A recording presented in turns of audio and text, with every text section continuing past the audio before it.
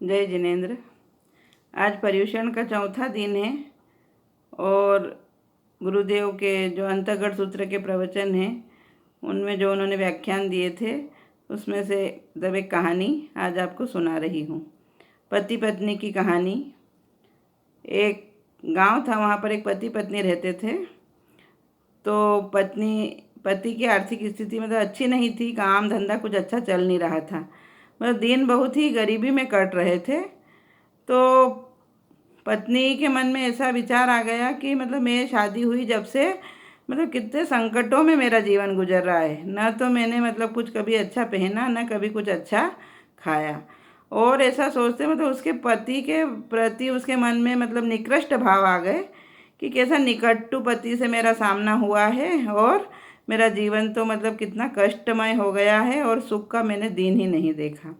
अब पति पत्नी के रिश्ते में कड़वाहट तो आ जाती है, पर अगर वो कड़वाहट ज़्यादा हो जाए तो फिर उसके बुरे परिणाम होते हैं। तो इस तरह मन में सोचती रही कि क्या मेरा भाग्य है, और अगर मतलब पत्नी साथ दे तो फिर बहुत पति का जीवन एकदम सुखमय हो जाता है। और पत्नी अगर कलह करती रहे, झगड़े करती रहे और पति को कुछ भी खरी खोटी सुनाती रहे तो पति का जीवन भी नर्क जैसा हो जाता है। मतलब एक दूसरे का साथ और सम्मान और प्रेम और सहयोग से पति पत्नी के जीवन की गाड़ी अच्छी चलती है, क्योंकि पत्नी के लिए अगर पति का साथ है तो उसके जीवन में भी सब सुख है, और पति के लिए भी अगर पत्नी अच्छी है, क्योंकि वो भी तो पत्नी के ऊपर ही निर्भर होते हैं। क्योंकि कुछ समय बाद उनकी माताएं वगैरह जो भी साथ होती हैं कभी अलग भी हो जाते हैं, तो जैसी पत्नी का आचरण होता है पति भी वैसे मिलाने की कोशिश करते हैं, पत्नी के बनाए हुए खाने को पसंद करते हैं और उनके जीवन को मतलब पति भी मतलब पत्नी के अनुरूप ढालते हैं। तो ऐसा नहीं है कि पत्नियां ही समझौता करती हैं, पति भी करते हैं। लेकिन जब पत्नियां कभी अपना रूप मतलब बदल लें और कर्कशा हो जाएं, झगड़े करने लग जाएं, तो वो जीवन मतलब वो पति भी बहुत दुखी हो जाते हैं। तो पत्नी के मन में आया कि कितना मतलब पति कुछ कमाते नहीं हैं, और पति आए, उन्होंने उनसे मान अनुहार करके उस दिन अच्छे से बोली कि आइए, आप थक गए होंगे। पति ने सोचा भी सही कि आज ये इतनी अच्छी क्यों बोल रही हैं, लेकिन पति ने कहा हाँ प्रिय, बोले मैं भी मतलब मुझे भी बड़ा दुख होता है कि मेरी कमाई इतनी नहीं है कि मैं तुम्हारे शौक़ भी पूरे कर सकूं, मतलब अपने खाने पीने की व्यवस्था ही नहीं मैं कर पाता हूं। तो मुझे इस बात का बहुत दुख है, लेकिन मैं क्या करूं, मैं जिस भी काम में हाथ डालता हूं मैं सफल ही नहीं हो रहा हूं। अब बोले कि तुम ही बताओ, बोले क्या करूं। अब पत्नी ने तो कुछ सोच के रखा था, तो बोली कि अच्छा, बोले कि तुम तो बोले देखो यहाँ तो अपनी कमाई हो नहीं रही है, तो तुम परदेश चले जाओ कमाने के लिए, तो हो सकता है वहाँ तुम्हारा भाग्य जग जाए, क्योंकि यहाँ तो अपन ने बहुत आजमा लिया। पति ने कहा हाँ, बात तो तुम ठीक कह रही हो, अब मैं परदेश जाकर ही कमाऊँगा। तो पत्नी ने कहा कि चलो ठीक है। अब पत्नी के मन में सोचा कि ये निखट्टू पति कोई कमा तो पाएगा नहीं, और जाएंगे और वापस नहीं आ जाएं। उसके मन की योजना मतलब मोह ऐसा चीज़ है, और वो मतलब मोहांध हो गई, और उसके मन में मतलब निकृष्ट भाव आ गए, और वो उसने मतलब यहाँ वहाँ से आटा घी शक्कर प्रबंध किया और विष का प्रबंध भी कर लिया, और 4 लड्डू बना लिए मोदक के, और उन चारों लड्डुओं में विष मिला दिया, और कहा कि आप सुबह सुबह पति निकल रहे थे तो बोले आप जा रहे हो कहीं भी विश्रांति करना, ये लड्डू खा लेना तो आपकी भूख भी मिट जाएगी।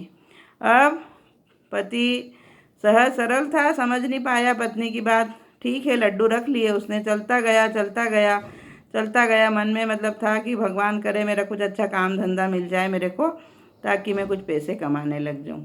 अब उस दिन उसने लड्डू यूँ नहीं खाए कि आज तो मेरे को इतनी कोई भूख नहीं है और आज का दिन तो चल गया, मैं ये लड्डू कल खा लूँगा। मतलब उसने कल की चिंता करके उन लड्डुओं को नहीं खाया, एक पेड़ के नीचे वो सो गया। अब लड्डू की पोटली पास में रख दी। अब रात को 4 चोर मतलब चोरी करके आए थे, उनके पास बहुत सारा माल था। उन्होंने सोचा कि ये सोया है व्यक्ति, इसके पास भी कुछ न कुछ माल होगा, क्योंकि चोरों की नीयत तो चोरी पे ही रहती है।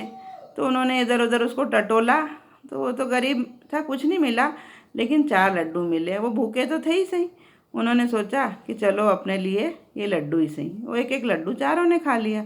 अब चारों लड्डू खाने के बाद वो तो बेसुध हो गए। बेसुध क्या हुए, मतलब चले ही गए, वो वहीं लेट गए छटपटा के।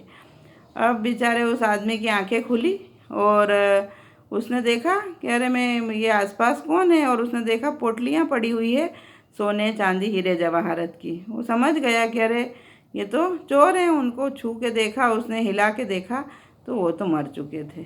अब उसने सोचा कि चलो मेरा भाग्य उदय हो गया। उसने उन पोटलियों को ले लिया और एक पोटली सिर पे, एक कंधे पे, दोनों कंधों पे ऐसे करके, एक हाथ में यूं करके, वो बिल्कुल तेज गति से, जब उसके पास धन का जोर भी आ गया, उसकी भूख प्यास भी गायब हो गई और चला।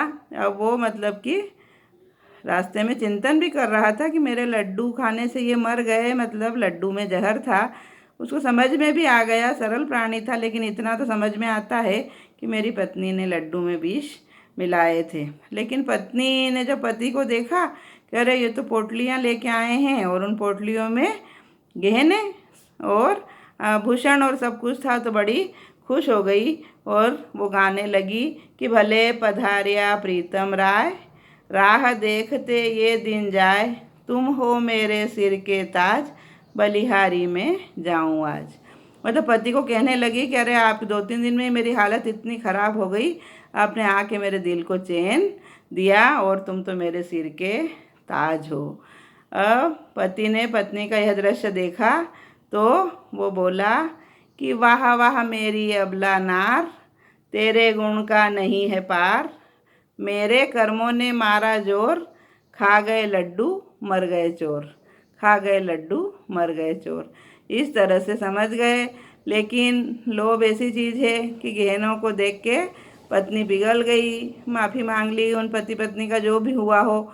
लेकिन लोभ और मोह ऐसे मतलब कषाय हैं जो हमारे जीवन को नष्ट कर देते हैं, और इनकी मतलब चक्री से कोई भी हम बच नहीं सके। तो हम प्रेरणा लें कि मतलब हमारे जीवन को ऐसा निकृष्ट इरादों वाला नहीं बनाएं, और पति पत्नी एक दूसरे का सच्चा धर्म निभाएं और एक दूसरे का साथ दें।